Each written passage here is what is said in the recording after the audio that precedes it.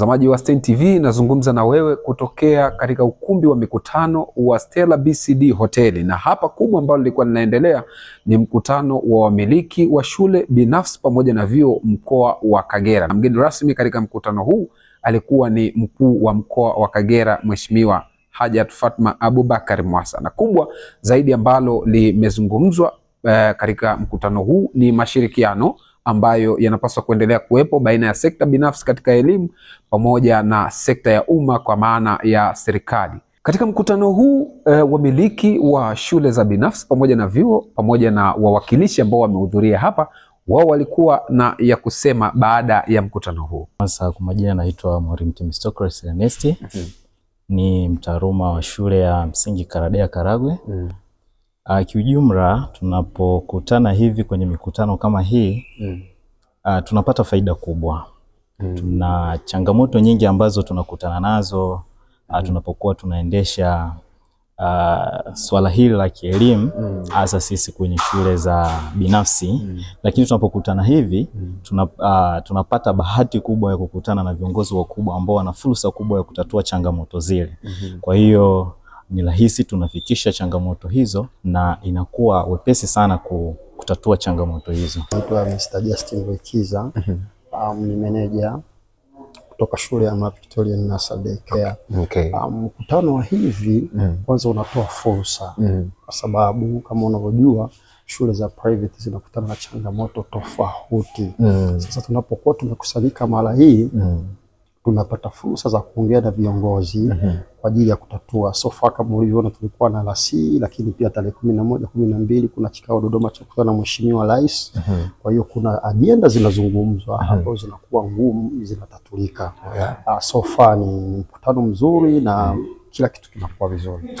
Lakini pia kubwa zaidi ambalo limeendelea katika mkutano huu ni kuongezewa kwa awamu nyingine ya mwaka mmoja zaidi ya aliyekuwa mwenyekiti wa chama cha wamiliki wa shule binafsi pamoja na vyuo TAMNGOSCO, Mr. J Jackson maarufu kama Mr. Leoleo. Wajumbe wamemwamini na kumwongezea mwaka mmoja zaidi wa kuendelea kuongoza yeye pamoja na safu nzima ya uongozi. Yeye baada ya mkutano huu alikuwa na haya ya kuzungumza.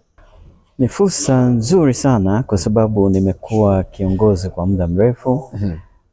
Kila muda ukipita wanasema tunaomba tena urudie. Lakini ni fursa nzuri sana, tunapata nafasi ya kujadili challenges zilizo kwenye mashule na kujaribu kuona kwamba tunaweza tukazitatua namna gani. Alafu watu wenyewe wako very loving and very caring na wanasikiliza sana kwa sababu unakuta challenge zote tulizo nazo zinafanana kwenye mashule. Hamna aliye na unique challenge, zote ni zile zile. Kwa hiyo tunapokutana tunapata muda wa kuongea na tufanye nini, lakini kikubwa ni yetu ni kuhakikisha kwamba mkoa wa Kagera kielimu tunafanya vizuri zaidi. Kwa hiyo tunapeana nafasi ya kuongea, tunajiuliza wewe una tatizo gani kule and what can we do to make sure that everything works out fine. Kwa hiyo nachofanya mimi na shirikiana na wenye vitu wenzangu ambao sisi tunatengeneza NEC. Kwa hiyo tunatafuta zile challenge ambazo wote tunaona yani tuna share the same challenge, ndo hizo tunapeleka. Sasa kama leo walikuwa nazo nyingi sana, lakini bahati nzuri tulikuwa na mkutano mwingine Dodoma, baadhi tumeshazifanyia kazi na tukienda kwenye mkutano mkuu majibu yake yatapatikana. Lakini pia katika hotuba yake mgeni rasmi mkuu wa mkoa wa Kagera Mheshimiwa Fatma Abubakar Mwasa, na yeye alikuwa na haya ya kuzungumza. Elimu ndio urithi pekee tunaweza kumpa mtoto, si ndio? Elimu ndio mkombozi, yani maadui wale, ujinga, umasikini, maradhi, vyote vitaondolewa na nini? Ukifika mahali mkoa unakuwa wa mwisho, maana yake na sisi tutakuwa wa mwisho kuwaondoa hawa maadui watatu, si ndio? Sasa kwa nini hapa ni lazima tutoke hapa tulipo? Hii sio yari, tutatoka kwa lazima.